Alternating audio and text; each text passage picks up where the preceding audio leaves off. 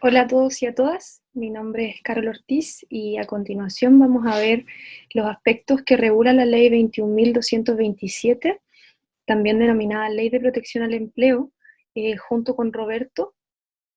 La primera parte de esta presentación yo abordaré los aspectos sobre la suspensión del contrato de trabajo y en la segunda parte Roberto abordará los elementos referidos a la reducción de jornada de trabajo que también contempla la ley 21.227. ¿Ya? Entonces les voy a compartir la pantalla para comenzar a ver la presentación. ¿Ya?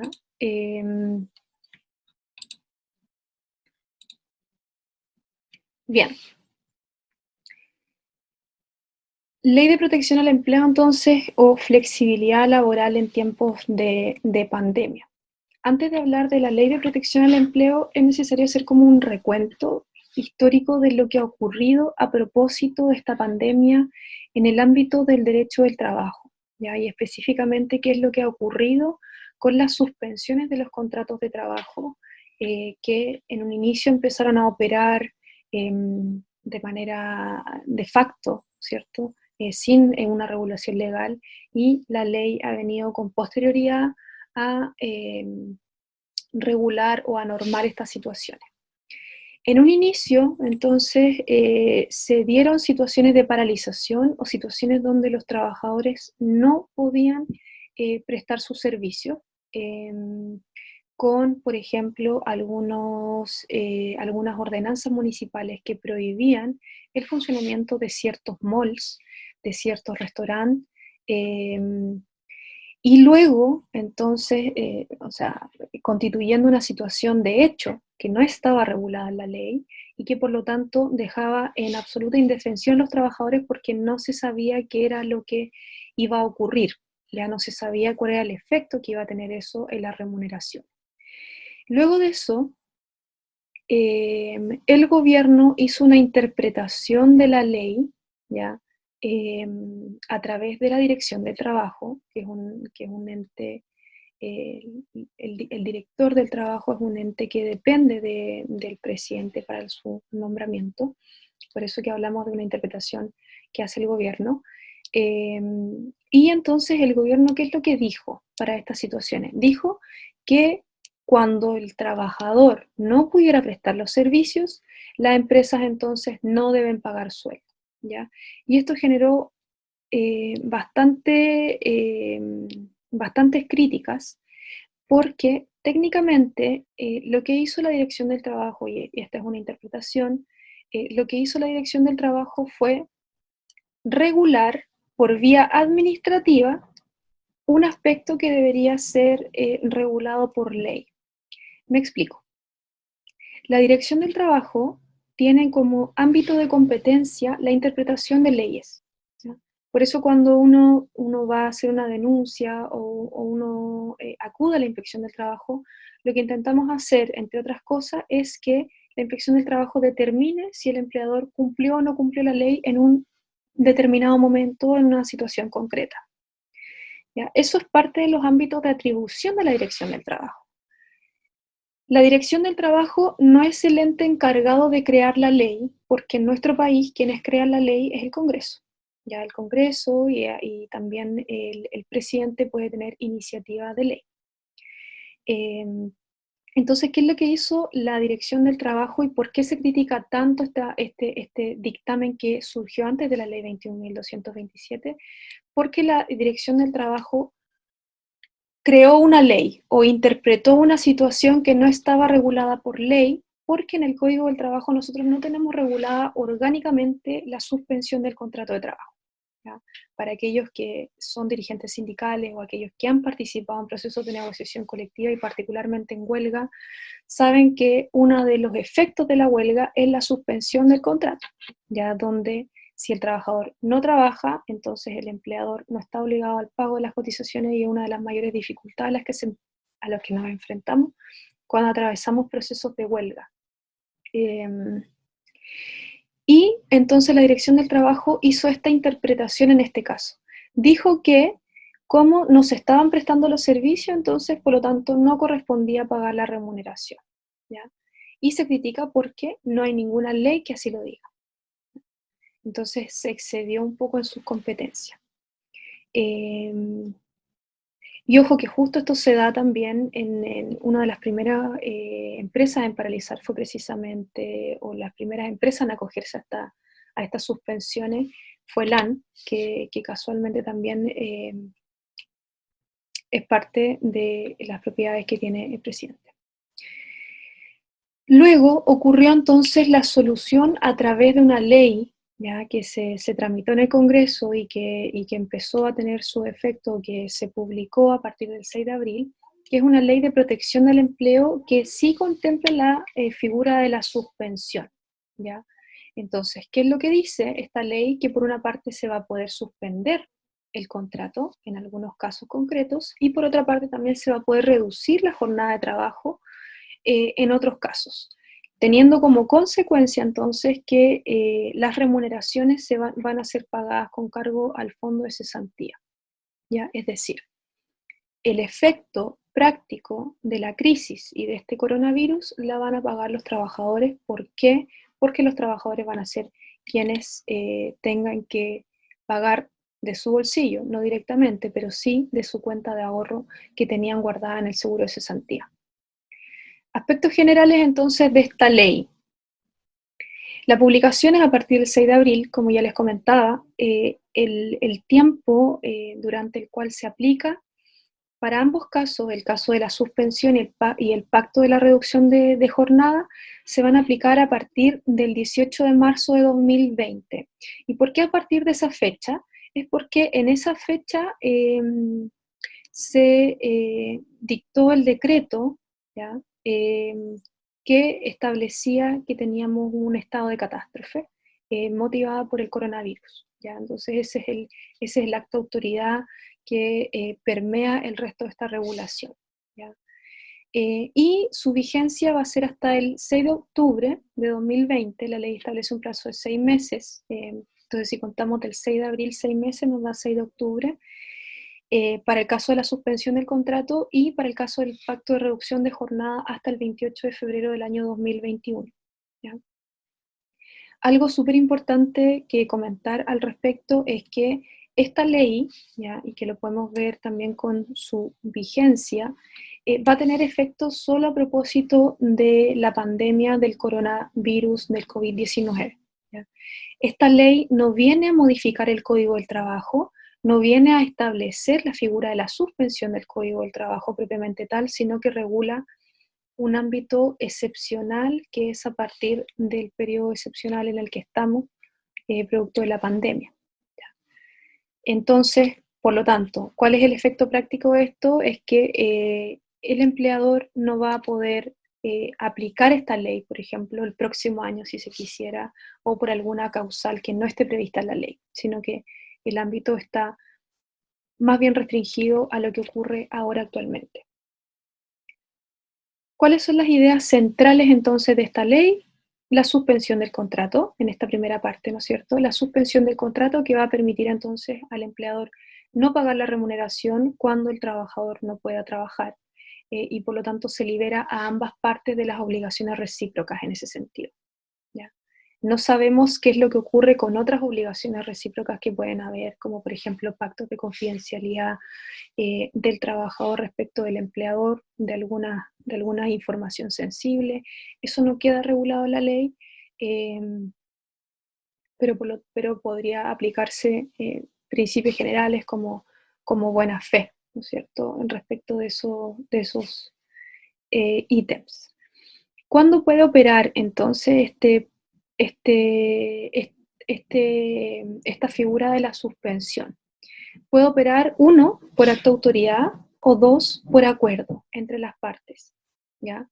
En el acto de autoridad va a tener efectos de pleno derecho, ya técnicamente se denomina de pleno derecho, es decir, sus efectos van a aplicarse de manera automática, ¿ya? Y en el caso de la suspensión por acuerdo, esa suspensión va a requerir la autorización o la venia del trabajador involucrado, ¿ya? Por lo tanto, eso se tiene que materializar a través de un anexo de contrato de trabajo que vamos a ver un poquito más adelante.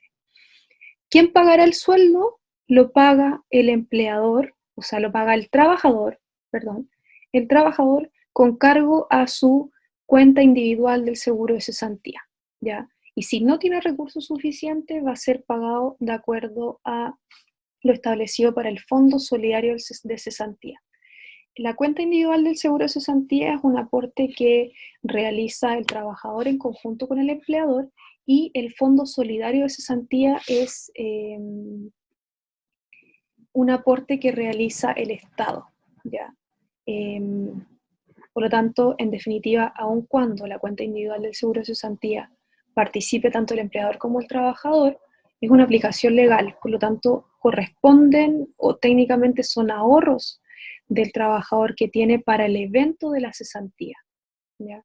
En definitiva, los efectos de las remuneraciones, los efectos de esta crisis las van a pagar los trabajadores con cargo a su cuenta individual de ahorro para la cesantía, o también el Estado a través de los aportes que haga al Fondo Solidario de Cesantía, ¿ya? En ningún caso las empresas. Veamos entonces la suspensión legal o por acto de autoría. ¿Qué es lo que ocurre? Para que opere se requieren algunos requisitos, ¿ya? En primer lugar, se requiere que estemos en presencia de un acto o una declaración de autoridad. En este caso, ese acto o esa declaración de autoridad es la resolución del Ministerio de Hacienda número 88. Esa resolución del Ministerio de Hacienda establecía cuáles eran las zonas afectadas a la declaración de catástrofe y cuáles eran los servicios que se consideraban esenciales, ¿ya? De seguir funcionando. Y además, este acto de autoridad, la ley señala que debe impedir o debe prohibir totalmente la prestación de servicios convenidos, ¿ya? Por eso que este acto de autoridad, esta resolución número 88, establece cuáles van a ser los servicios que van a seguir operando, ¿ya? En definitiva, esta resolución número 88 me va a decir, todo el territorio del país o ciertas partes del territorio van a estar afectadas por este estado de catástrofe, y a su vez estas empresas van a ser las empresas o los servicios esenciales que van a tener que seguir funcionando, ¿ya? Sobre esa lógica opera esta resolución 88, ¿ya? Y es súper relevante porque eso va a determinar también muchos efectos de la ley 21227. ¿A quiénes aplica entonces? Aplica a los trabajadores comprendidos en el territorio de la resolución, aplica a trabajadores sujetos al seguro de cesantía, ¿ya? Recordemos que a propósito de esta ley ahora se han identificado que no todos los trabajadores están acogidos o afectos a este seguro de cesantía, porque este seguro de cesantía comenzó a tener efectos en el año 2002. Por lo tanto, a partir de esa fecha, todos los contratos que se celebraran estaban sujetos obligatoriamente eh, a este seguro, ¿ya? Los contratos que se celebraban antes no quedaron afectos automáticamente a este seguro de cesantía, y los trabajadores tenían que afiliarse voluntariamente. Muchos trabajadores y trabajadoras desconocían esta situación, por lo tanto no estaban sujetos a este seguro de cesantía, y al no estar sujetos a este seguro de cesantía, entonces no se le pueden hacer aplicable la hipótesis de la suspensión legal, ¿ya? Es un requisito entonces que el trabajador o la trabajadora esté afecta a este seguro de cesantía. Tampoco estaba regulado para las trabajadoras o trabajadores de casa particular, ¿ya? Ahora esto se ha reformado con una nueva ley, que es la ley corta, que estuvo en tramitación hace pocos días, y que según entiendo está lista para ser promulgada por el Ejecutivo. Sin embargo, aparentemente se van a hacer otras nuevas reformas, mini reformas a esta ley, porque como ustedes van a ver, no está muy completa, ¿ya? Es insuficiente aún. Entonces las trabajadoras de casa particular antes no estaban sujetas a los efectos de esta suspensión, y en cuyo caso tenían que ocupar los fondos de una indemnización muy particular que ellas tienen a todo evento, porque recordemos que las trabajadoras de casa particular no tienen derecho a indemnización por años de servicio, pero sí a una indemnización a todo evento. Entonces la ley inicialmente establecía que estas trabajadoras pudieran ocupar ese fondo, esa indemnización. Ahora, con la ley corta, se amplía la figura y permite que las trabajadoras de casa particular también puedan participar de los efectos del seguro de cesantía. Veamos, ¿cuáles son los efectos? Los efectos ya los vimos, pero los vamos a repasar. En primer lugar, el trabajador va a estar impedido de prestar los servicios, por lo tanto no va a estar obligado a hacerlo, y el empleador a su vez no va a estar obligado a pagar las remuneraciones, em, pero sí va a continuar su obligación de pagar las cotizaciones previsionales. ¿Cuáles? ¿Y con cargo a qué porcentaje? Inicialmente este porcentaje era de un 50%. Ahora, con la ley corta, ese porcentaje se amplía a un 100%, ¿ya? ¿Por qué? Porque muchas veces se identificó la dificultad de muchos trabajadores para alcanzar el pago de sus ISAPRES, ¿ya? En general, con cargo al 50% no alcanzaban a pagar todas las prestaciones de las ISAPRES, lo que ocasionaba una mayor dificultad para esos trabajadores porque tenían que sacar de su bolsillo la diferencia. Y ahora con este 100% no debería haber problema. Eso sí, se deja fuera las prestaciones de la ley 16.744, que es la ley de accidentes del trabajo y de enfermedades profesionales, los que deberían ser pagados por el propio trabajador o la propia trabajadora. Eso es importante. Luego, suspensión, la suspensión legal va a tener algunas personas a las que no se le va a poder aplicar, ya para que entendamos como el panorama completo. Y acá, ojo, que la ley no dice expresamente a quienes no se le va a aplicar, sino que es una interpretación que uno hace de la lectura de la ley. Entonces, ¿a quiénes no va a aplicar? A los trabajadores independientes, porque los trabajadores independientes no estaban eh, amparados por el seguro de cesantía. Y cuando hablo de trabajadores independientes, hablo de un gran universo de personas de nuestro país, porque en nuestro país hay mucha informalidad laboral. Hablo también de los trabajadores a honorario, trabajadores que prestan servicio al Estado bajo una modalidad de honorario, que son también trabajadores altamente precarizados. También hablo de trabajadores del ámbito de las artes, que también en general son trabajadores independientes, ¿ya? Que es un universo muy importante de la población. También no van a estar afectados a las personas que no estén afiliados al seguro de cesantía, ¿ya? Que ya lo vimos. Tampoco aquellos trabajadores de servicios no esenciales con pactos de continuidad. ¿A qué se refiere eso? Se refiere a que la ley permite que aquellas personas que antes de la entrada en vigencia de la ley hayan firmado algún pacto de continuidad de trabajo, es decir, se hayan comprometido a seguir trabajando bajo la modalidad de trabajo a distancia, etcétera, puedan seguir prestando esos servicios, ¿ya? Es decir, si es que en una empresa determinada el acto de autoridad afectó, es decir, se suspendió sus labores, le dijo que tenían que cerrar, esta empresa puede seguir funcionando a través de la modalidad de trabajo a distancia, ¿ya? Una vez que el trabajador entonces haya firmado este pacto de continuidad con la empresa. Y tampoco va a aplicar inicialmente a las trabajadoras de casa particular, pero que fueron incorporadas ahora.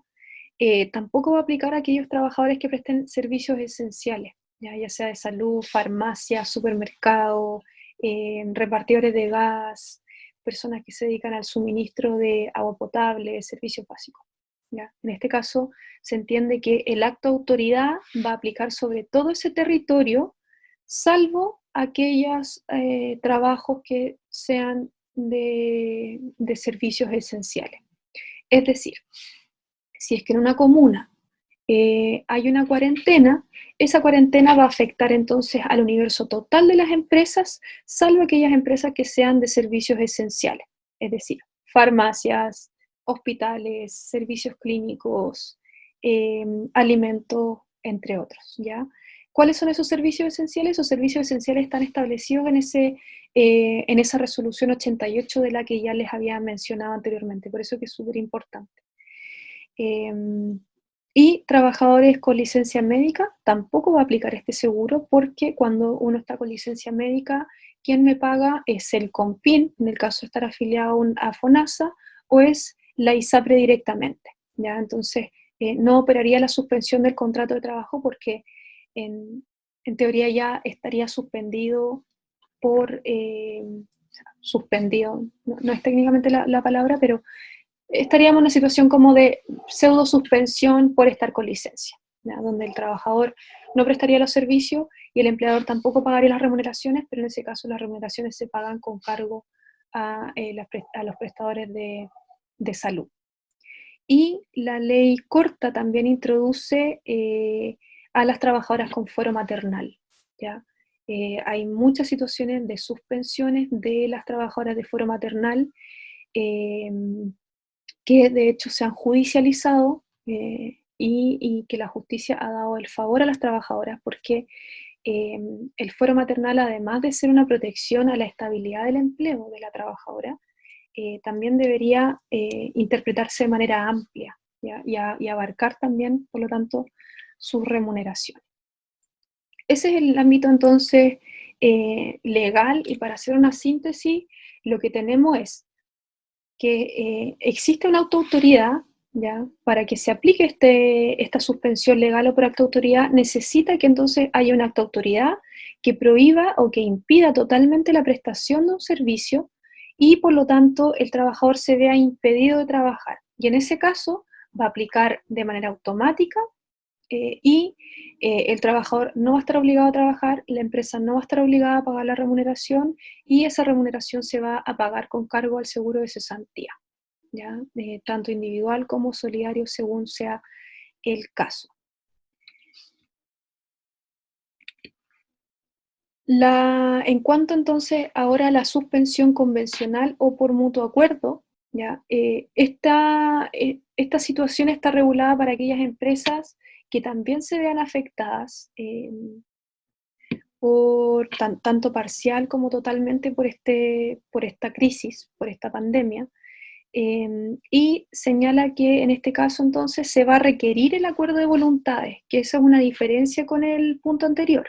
Va a requerir un acuerdo de voluntad y además va a plantear una consulta a la organización sindical. Ahora, esta consulta a la organización sindical es más bien testimonial, porque no establece la obligatoriedad de sujetarse a la decisión de la organización sindical, ¿ya? Sino que más bien es una consulta, ¿ya?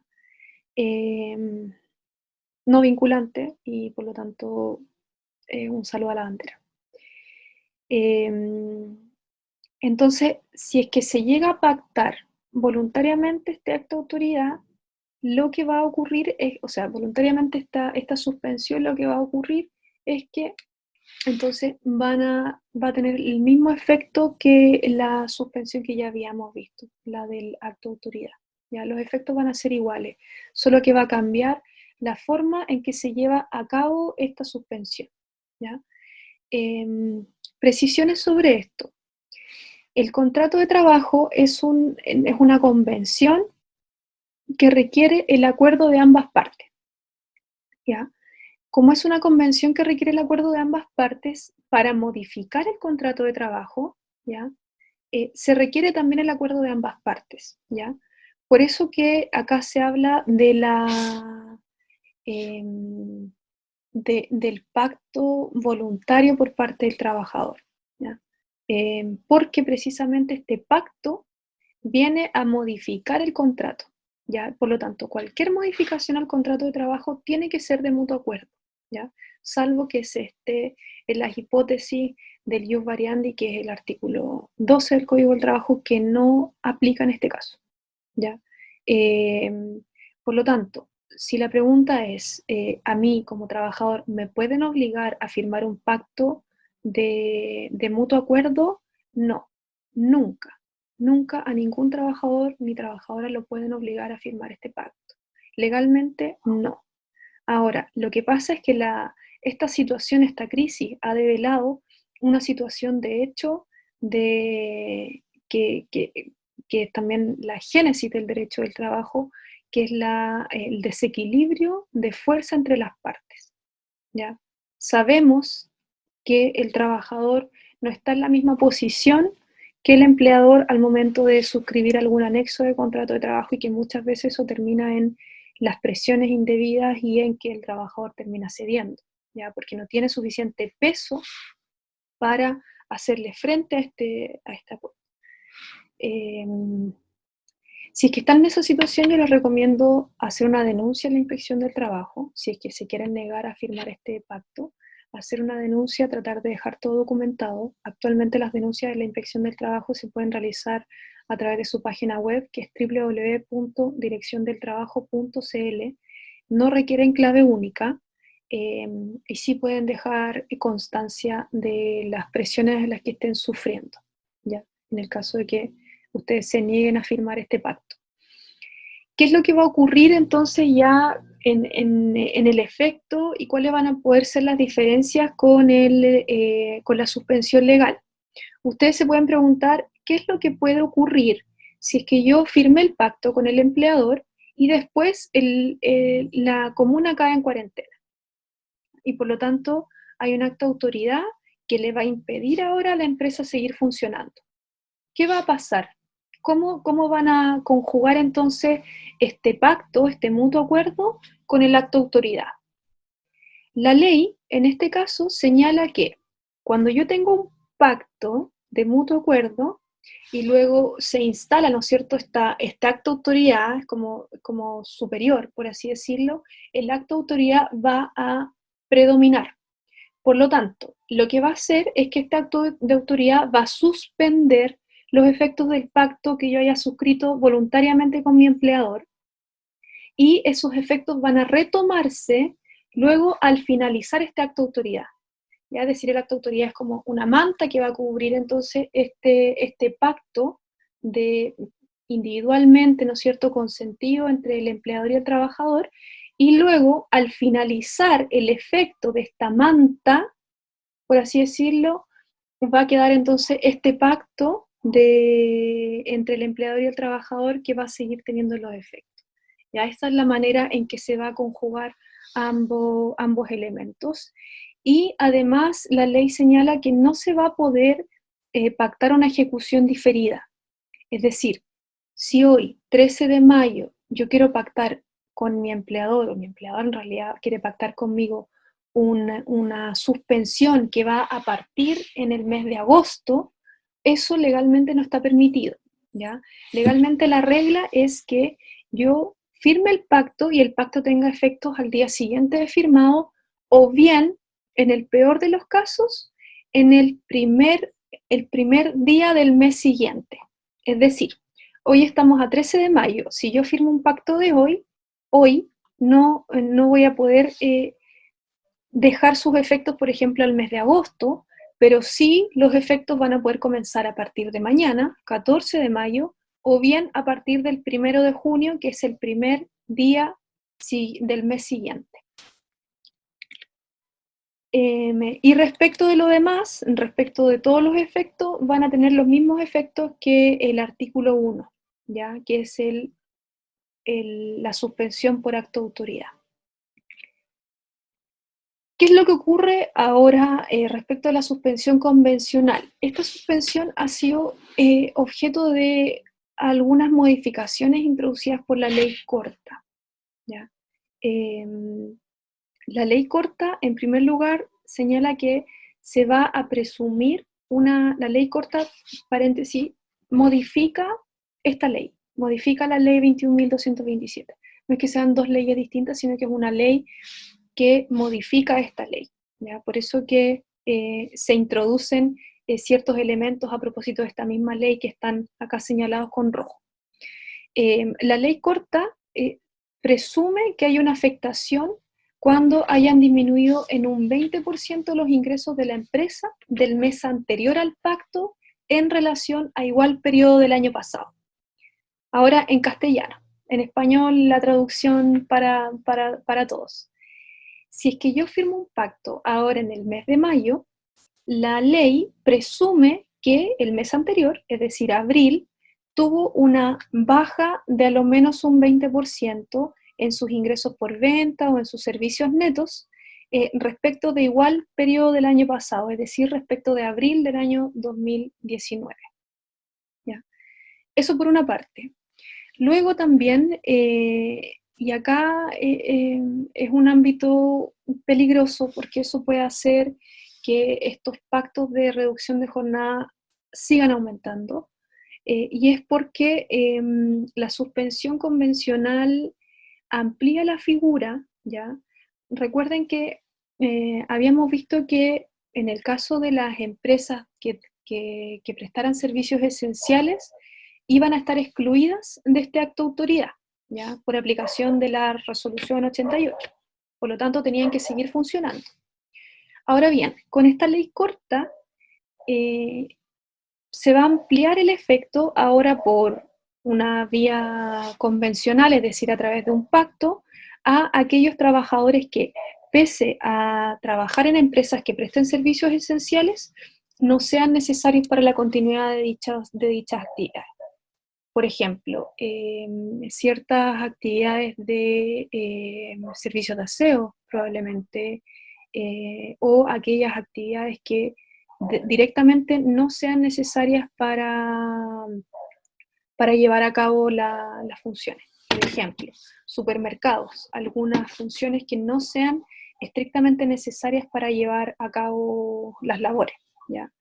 Por ejemplo, si hay un supermercado que, supongamos, no está abriendo y solo es como delivery o despacho, ahí quizás eh, hayan trabajadores o trabajadoras que realizaban servicios de aseo y que la empresa puede decir, no, sabes que en realidad esto no es necesario para la continuidad de mi labor, porque yo, pese a ser un servicio esencial, un supermercado, no requiero que se haga la labor de aseo, por ejemplo, en ese caso particular, ¿ya? Eh, También, en el caso de la suspensión convencional, impediría, ¿ya? Y esto es parte de un elemento que también se está discutiendo por los abogados y las abogadas laboralistas, porque aparentemente impediría el despido por necesidades de la empresa si es que el trabajador está afecto a este pacto de suspensión, porque se elimina del artículo 3. ¿Ya? Hay una modificación que se hace al artículo 3 en específico, creo que era el número 3, que elimina las necesidades de la empresa y por lo tanto aparentemente no podría afectarse, no podría despedirse por esa causal. ¿Ya? Ahora, esto es interpretable, nuevamente, porque la ley no señala una prohibición expresa. ¿Ya? Eh, no obstante, esto lo mencionado en los artículos 1 en los numerales 1 al 5 del artículo 159, que son otras causales para poder poner término al contrato de trabajo. ¿Ya?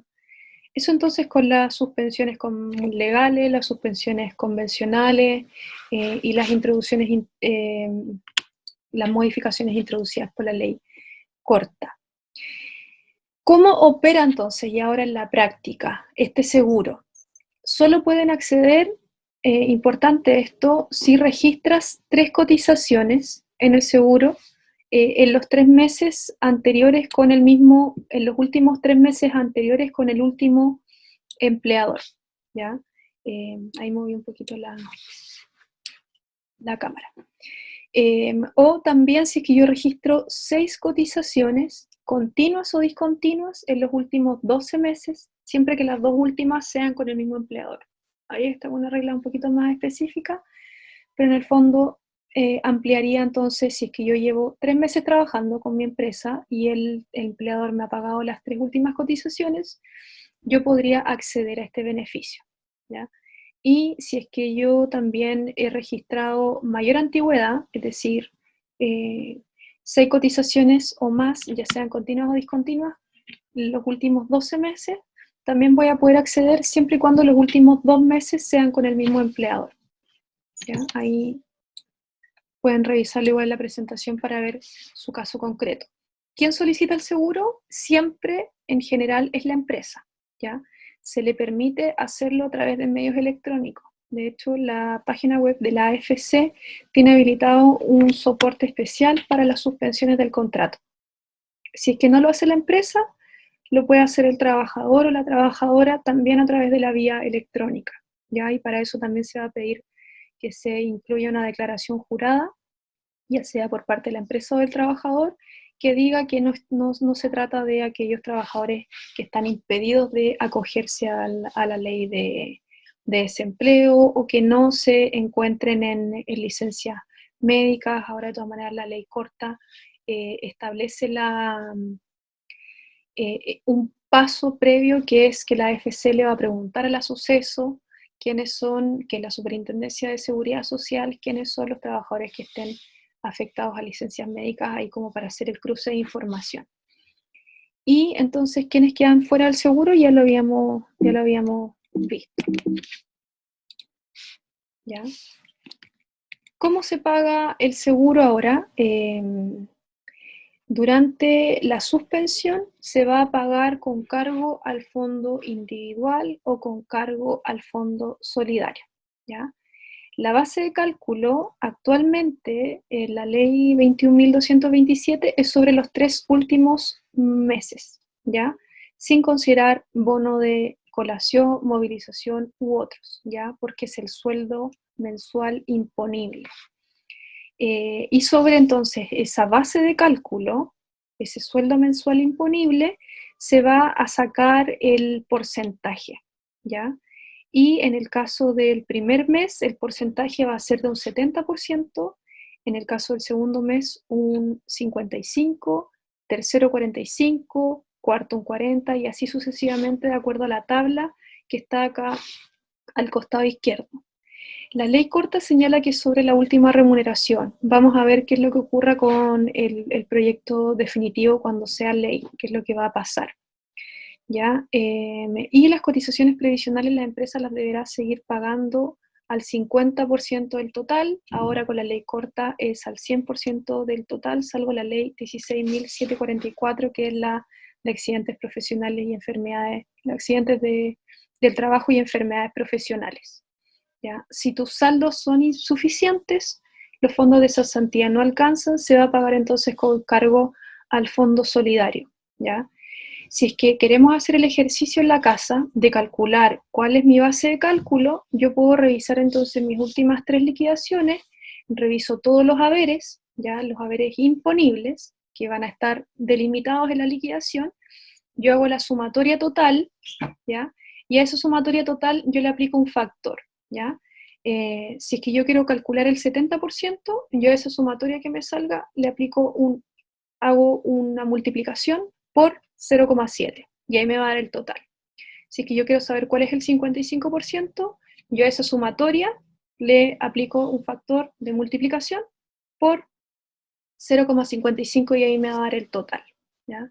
Es decir, supongamos, yo tengo 500.000 pesos, si yo tengo 500, voy a hacer el cálculo acá si yo tengo 500.000 pesos de remuneración, el total de haberes, ¿no es cierto?, descontando la colación y la movilización, yo puedo aplicar el factor de 0,7 para saber el primer sueldo y eso me va a dar un total de 350.000 pesos, ¿ya? Y así sucesivamente con el resto, ahí como dato para poder hacer los cálculos.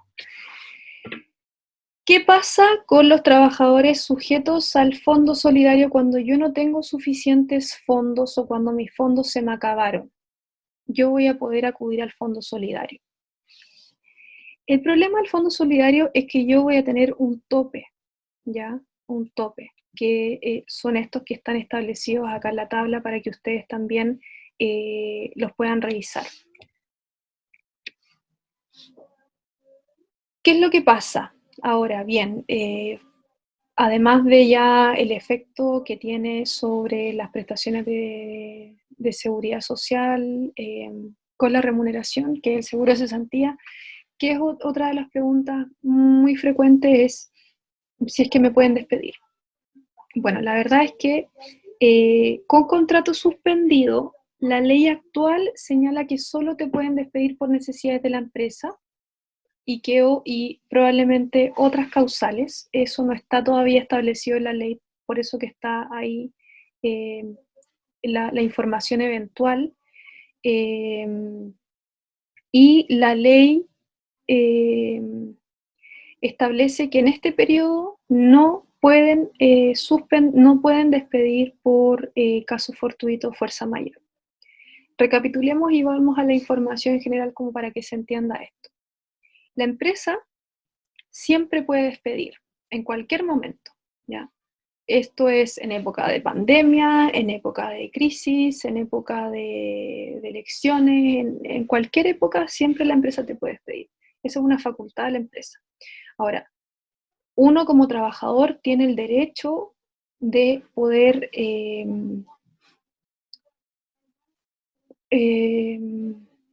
como eh, invocar alguna situación, por ejemplo, de despido injustificado o en el fondo como cuestionar, esa es la palabra, cuestionar el despido, ¿ya? Y el despido en el fondo, es como, en el fondo es decir, si estaba bien aplicado, si correspondía, etcétera, que es un área como más técnica, pero que es bueno que ustedes lo sepan. El empleador siempre me puede despedir, pero también el trabajador siempre puede cuestionar ese despido. ¿Ya? Con el contrato suspendido, en lo que tenemos actualmente, solo podrían despedir por necesidades de la empresa y aparentemente ahora ya no, que era lo que les comenté en la lámina anterior con las modificaciones nuevas de la ley corta. Y la ley también, la ley 21.227, establece que no pueden despedir por fuerza mayor o caso fortuito. ¿Cuál es el efecto práctico? Que los despidos por fuerza mayor o caso fortuito son despidos sin derecho a indemnizaciones, ¿ya? Entonces la ley elimina esa posibilidad para intentar que los trabajadores al menos se vayan con sus indemnizaciones por años de servicio, ¿ya? ¿Qué es lo que ocurrió si es que a mí ya me despidieron antes de que pasara todo eso? Si es que yo fui uno de los primeros en ser despedidos, eh, podemos solicitarle a la empresa el reintegro, ¿ya? Siempre y cuando el despido haya sido posterior al 18 de marzo, que a partir de cual se contemplan todos los efectos de esta ley, y no haya firmado el finiquito, ¿ya? La firma del finiquito impide cualquier otra posibilidad de reintegro, al menos la ley así lo establece, ¿ya? Y finalmente, ver qué es lo que pasa con las trabajadoras de casa particular. Ya lo habíamos visto un poco anteriormente, pero inicialmente las trabajadoras de casa particular no podían acceder a la ley de cesantía, por lo tanto ellas tenían que ocupar sus fondos de indemnización, ¿ya? Cuando fueran despedidas, en este caso, con el porcentaje del sueldo que es el mismo que se establece para el caso del seguro de cesantía con cargo al fondo individual, ¿ya? En este caso, la ley inicialmente establecía que cuando la trabajadora particular estuviera en esta situación, podía solicitar su indemnización a todo evento por la AFP, ¿ya? Con cargo a estos porcentajes. Ahora, estas trabajadoras de casa particular han quedado involucradas entonces ahora comprendidas en la ley de protección al empleo y sí podrían acceder a este seguro de cesantía, ¿ya? La solicitud la debe hacer la trabajadora eh, en la AFP mediante una declaración jurada y la empresa o la persona que contrate los servicios solo deberá seguir pagando las cotizaciones de salud y del seguro de invalidez y sobrevivencia, ¿ya? Esto también está sujeto a nuevas modificaciones. Y eh, Si es que hay fondos insuficientes ahora, entonces se va a seguir pagando de acuerdo a las reglas del seguro del Fondo Solidario de Cotización. Eso entonces es la presentación respecto de la suspensión del contrato. Ahora va a partir Roberto abordando el tema de la reducción de jornada. Buenas tardes a todas y todos. Muchas gracias por estar presente en una nueva clase de la Escuela Sindical de la Facultad de Derecho de la Universidad de Chile.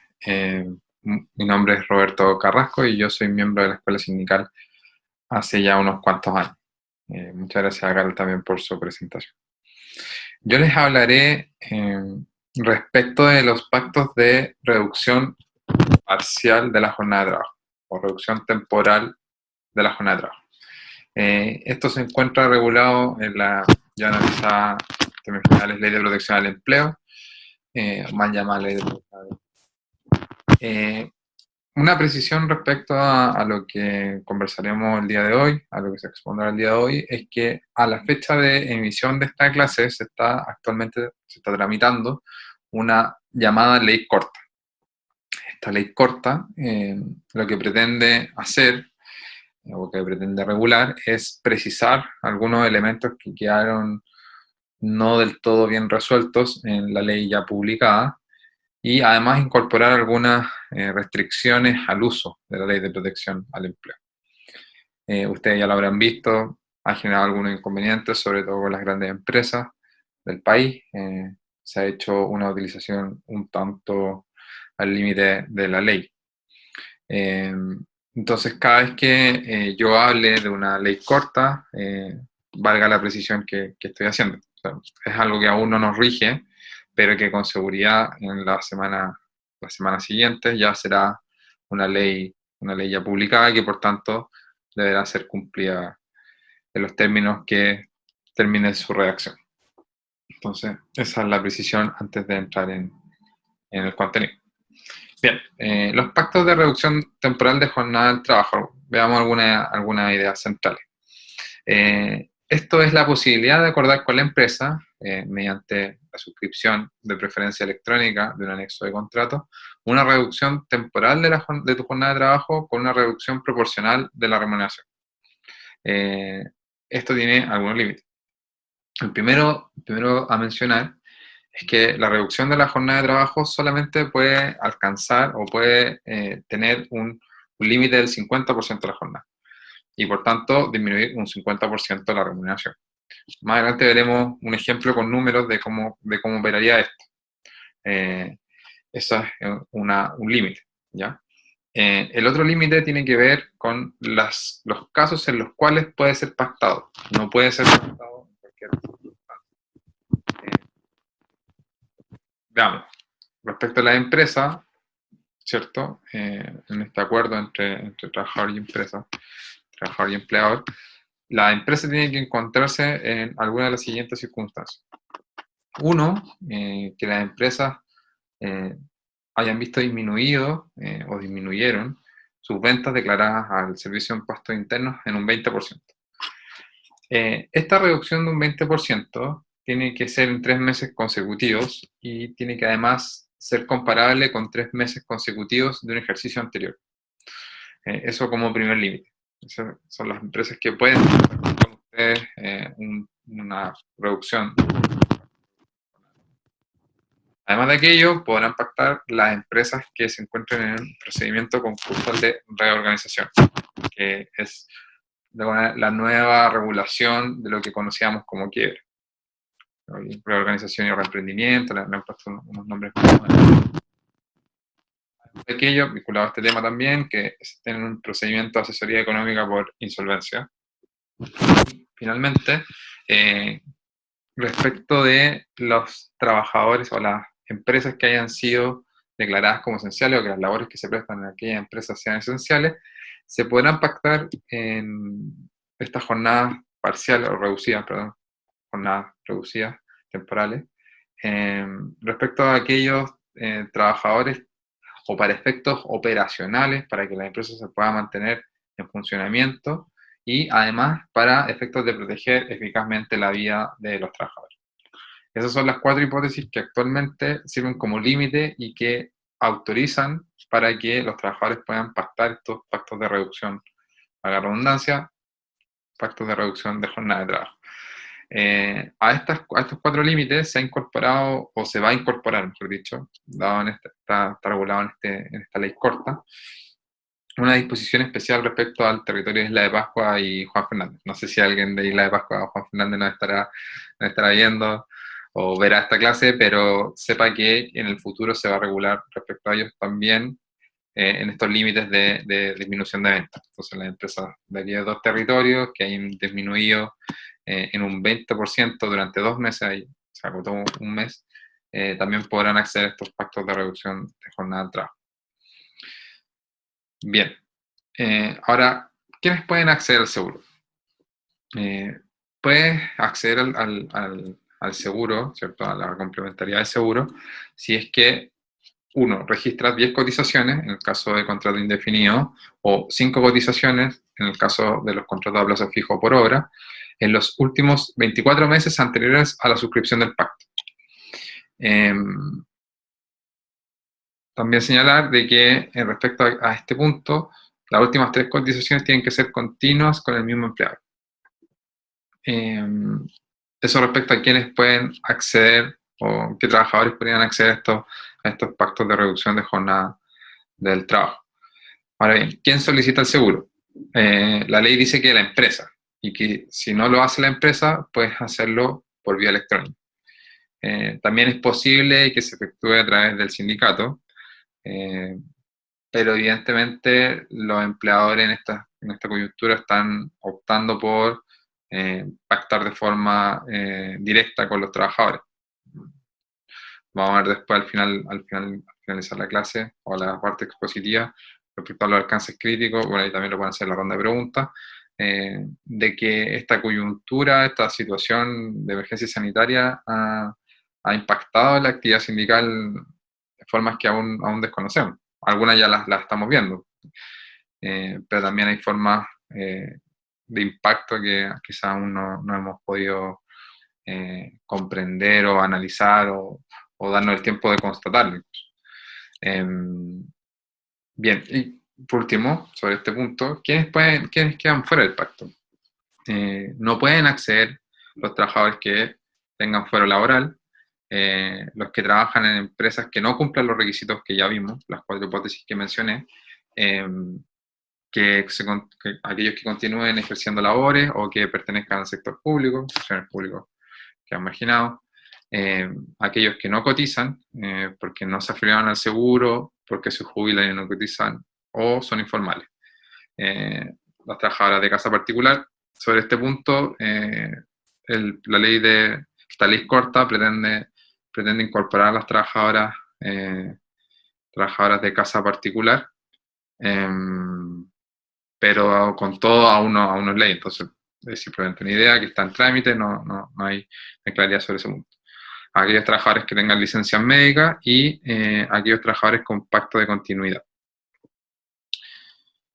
Bien, ahora, respecto al cálculo de la remuneración, aquí es relevante de que tengamos claridad sobre cómo se calcula, porque finalmente el cálculo de la remuneración incide en el porcentaje o el porcentaje de seguro de la cuenta individual que se nos complementará y con posterioridad la complementaría por el fondo solidario o la cuenta solidaria.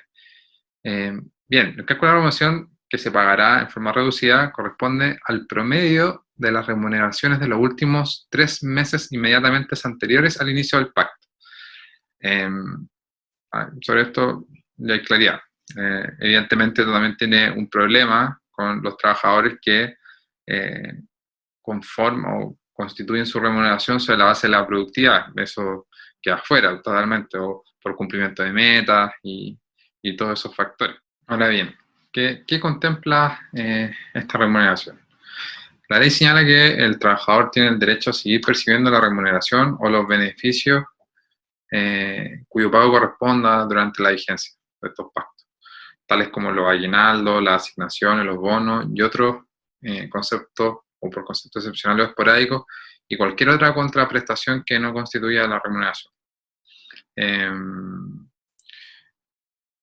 En caso, otro punto relevante respecto al cálculo es que en aquellos casos en que se pacten reducciones temporales sucesivas, bueno, más adelante lo veremos, pero el mínimo es un mes, tiene límites de máximo también, la remuneración se va a calcular sobre la base del promedio de las 3 remuneraciones imponibles que sean anteriores a la primera celebración del pacto. Bueno, esto resulta evidente porque si es que fuese de lo contrario, se pagaría o se analizaría la remuneración reducida. Entonces, es importante precisar ese punto.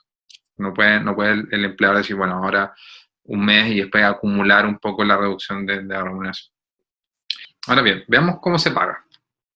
Como señalábamos, se debe pagar el sueldo proporcional a la jornada más el complemento del seguro de cesantía. El complemento es la mitad del porcentaje de la reducción del sueldo. Así, si la jornada y el sueldo se reducen en un 40%, el complemento también se va a reducir, o el complemento será de un 20% del sueldo. Veamos un ejemplo con un sueldo hipotético de 450.000 pesos. Aquí en la tabla ustedes pueden ver a qué correspondería respecto a cada jornada. Entonces, por ejemplo, si iniciamos con una jornada normal, ¿cierto? Se le pagan los 450.000 pesos convenidos, el complemento es 0 y se recibe el total. Luego podemos ver aquí cómo se va reduciendo de forma significativa el total que recibirán los trabajadores y trabajadoras.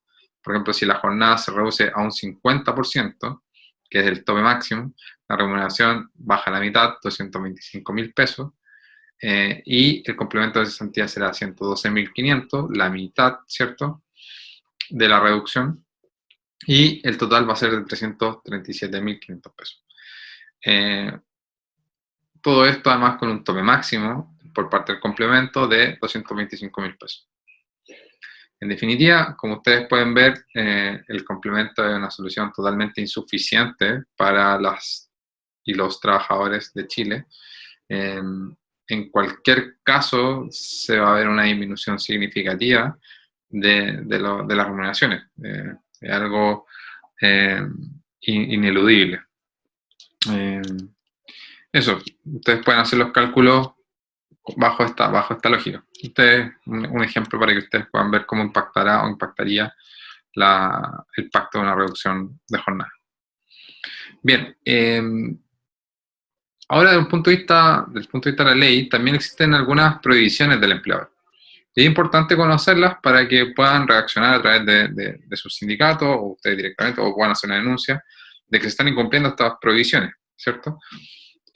Durante la vigencia de los pactos de reducción de jornada, los empleadores no pueden contratar a nuevos trabajadores que realicen iguales o similares funciones a las desarrolladas por quienes hubieran suscrito los pactos. Esto es relevante porque puede darse una situación en que el empleador se pusiera creativo e intentara contratar nuevos trabajadores. Hemos visto ahí de que durante la emergencia sanitaria no todos los controles han sido del todo exhaustivos. Entonces, tener presente de esta provisión que contempla la ley. Y además de esta provisión, contempla otra la ley, que es respecto de que si el empleador efectivamente necesita contratar nuevos trabajadores para otras funciones, deberá ofrecer primero a los trabajadores que tienen estos pactos suscritos las vacantes, ¿cierto? Siempre que tengan similares capacidades, calificaciones o la idoneidad para ejecutar las labores. El incumplimiento de esta prohibición acarrea multas para el empleado. Bien, ahora veamos la duración del pacto de reducción de la jornada. Acá hay que distinguir respecto a los trabajadores con contrato de trabajo indefinido de aquellos que tienen contratos a plazo fijo o por una hora de trabajo o servicio determinado.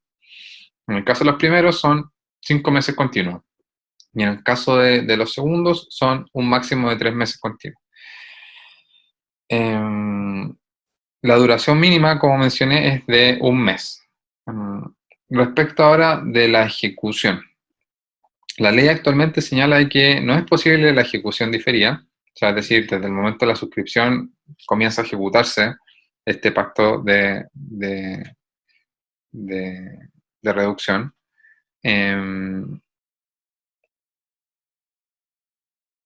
Ahora bien, la ley corta lo que está intentando regular es modificar este punto, de que básicamente los pactos tengan ejecución del día siguiente o se pueda pactar desde el primer día del mes siguiente a la fecha de suscripción. O sea, diferir la ejecución de los efectos. Esto básicamente da la impresión de ser tendida en la desorganización administrativa existente. Por eso se está intentando incluir esta regulación. Bien, ahora, una vez que termine este pacto de reducción de la jornada temporal, o temporal de reducción de jornada de trabajo, de ser un poco trabalengua, se restablecerán de pleno derecho las condiciones contractuales que originalmente se hubieran convenido. Y se tiene por no escrita cualquier disposición en contrario, una vez que finalice el plazo del pacto de reducción. Bien, como señalábamos, estos anexos de contrato de trabajo de estos pactos de reducción de jornada se tienen que, por ley, suscribir de forma preferente a través de medios electrónicos. Para esto, se le encomendó a la Dirección del Trabajo disponer de una plataforma para efectuar este trámite. Este trámite tiene que tener algunas menciones mínimas, que son las que ustedes pueden ver ahí en su pantalla: individualización de las partes, la duración y fecha de entrada en vigencia del pacto, el promedio de las remuneraciones imponibles, fijas y variables devengadas por el trabajador en los últimos 3 meses, antes de la celebración del pacto, una jornada de trabajo, señalar la jornada de trabajo que se va a reducir, el porcentaje de la misma y la remuneración que corresponde. Y por último, el empleador tiene que emitir una declaración jurada en cuanto a cumplir con los requisitos contemplados en la ley. Ahí ustedes pueden ver la dirección o el sitio web de la Dirección del Trabajo, donde ustedes tienen que realizar este trámite, y el empleador a su vez, ambas partes. Esta es la plataforma. Aquí ustedes pueden ver en la esquina superior derecha se encuentra la sección llamada Mi DT, que ahí ustedes tienen que ingresar mediante la clave única. Recuerden que si no tienen clave única se puede solicitar a través del sitio web, ¿ya? No es necesario que concurran a algún lugar a solicitarlo. Importante la clave. Entonces ahí ustedes ingresan en la sección que ven ahí, Mi DT. Ustedes ingresan, les va a pedir su clave única y van a ingresar a la plataforma. Acá ustedes pueden efectuar los trámites correspondientes para efectuar esto o tramitar estos pactos de reducción de jornada del trabajo. Bueno, luego de haber visto los aspectos normativos respecto a los pactos temporales de reducción de jornada, corresponde que efectuemos algunos alcances críticos sobre esta ley. Se ha dicho, esta ley se gestó en un contexto de emergencia sanitaria nunca antes visto. Probablemente esta emergencia traiga aparejado una de las mayores crisis económicas que haya vivido nuestra generación o que haya vivido nuestra generación. Entonces, ha sido especialmente compleja para los trabajadores. La situación va a seguir siendo compleja. Entonces, es necesario que veamos algunos alcances críticos sobre esta ley. Lo primero es indicar de que el Ejecutivo, el Gobierno, hizo una interpretación que desconoce totalmente los principios del derecho al trabajo, la protección del derecho al trabajo, y hace partícipe a las y los trabajadores de las pérdidas experimentadas durante la crisis. Paradigmático, pero resulta de que cuando las empresas ganan, solo ganan sus dueños, y cuando las empresas pierden, los trabajadores tienen que costear las pérdidas.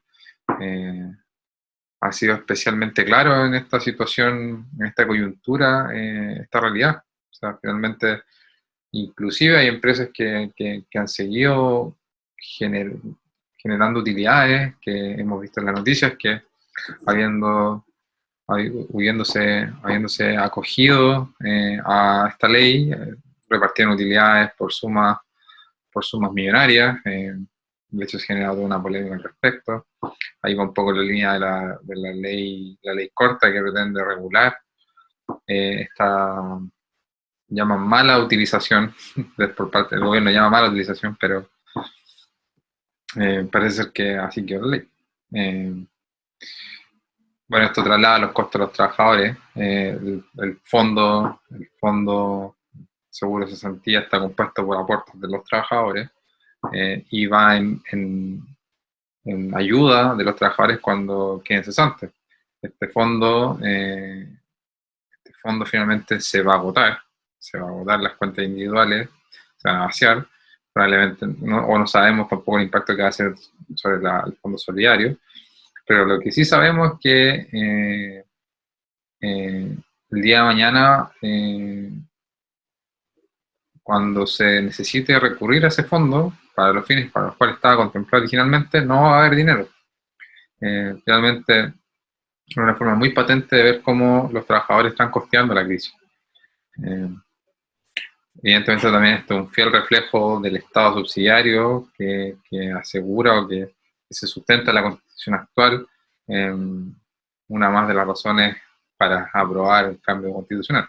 Obviamente hay un contenido bastante claro de cómo opera el Estado ante esta situación. También decir de que no existe un poder real de negociación por parte de los trabajadores, con los trabajadores confinados en sus casas, producto de la pandemia. Los empleadores, en la práctica, por lo menos lo que se ha estado viendo, evidenciando en los últimos días, el último mes, es que los empleadores están intentando negociar directamente con los trabajadores sin mediar los sindicatos. Finalmente, hay una presión por parte de los empleadores a firmar y suscribir estos pactos de reducción de jornada o la suspensión, derechamente de la relación laboral, amenazando incluso con despido, de una serie de malas prácticas. Otra crítica, otro alcance crítico que hay que hacer a esta ley es respecto a que no distingue el tamaño de las empresas. Se dijo, la discusión, se mencionó como punto relevante y que esta ley va en protección de las pequeñas y medianas empresas, pero hemos visto cómo grandes empresas con utilidades que están repartiendo los dividendos entre sus accionistas se suspenden y aprovecharon de esta ley. O sea, Cencosud, Ripley, Starbucks, grandes empresas que ante la posibilidad de suspender relaciones laborales, de reducir jornadas de trabajo, optaron por ese camino. Y finalmente no tiene que ver con, o sea, fue un mal diseño. Fue un mal diseño de la ley, no se pensó, simplemente se actuó demasiado. De hecho, que el gobierno esté dispuesto a hacer esta ley corta, a discutir una ley corta, evidencia los problemas que trae esta ley y el desmero, el menoscabo que va a generar a los trabajadores.